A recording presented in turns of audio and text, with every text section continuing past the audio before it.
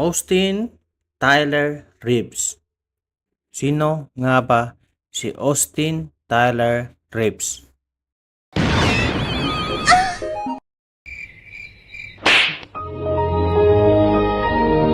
Si Austin Reeves ay isang manlalaro mula sa koponan ng Lakers.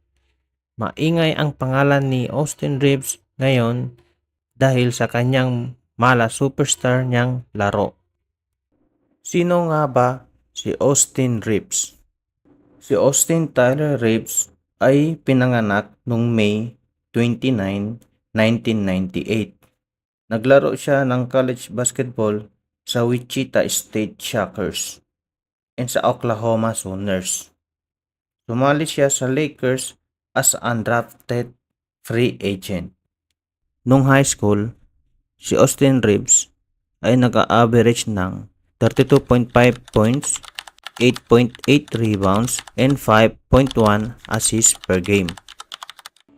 Nung taon 2021, si Reeves ay tumanggi na madraft sa team ng Detroit Pistons bilang ika-42nd overall at ito ay naging free agent.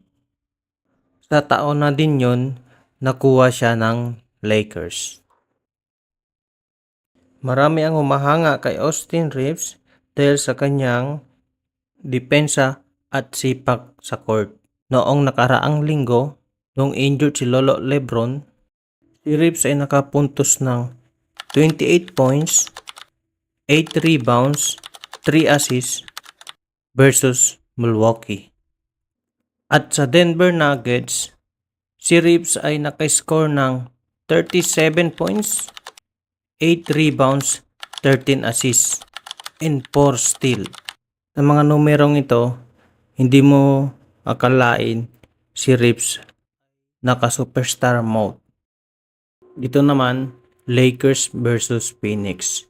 Dito, nakapunto si Reeves ng 28 points, 4 rebounds, and 6 assists.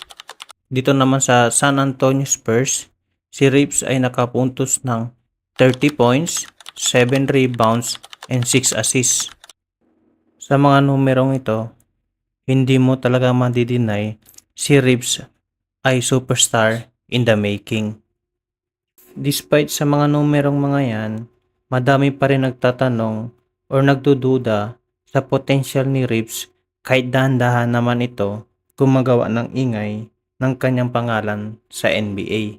And I hope so, magtuloy-tuloy pa sa ganitong laro si Austin Reeves. Hanggang dito na lang muna tayo mga ka-basketball. Thank you sa panonood.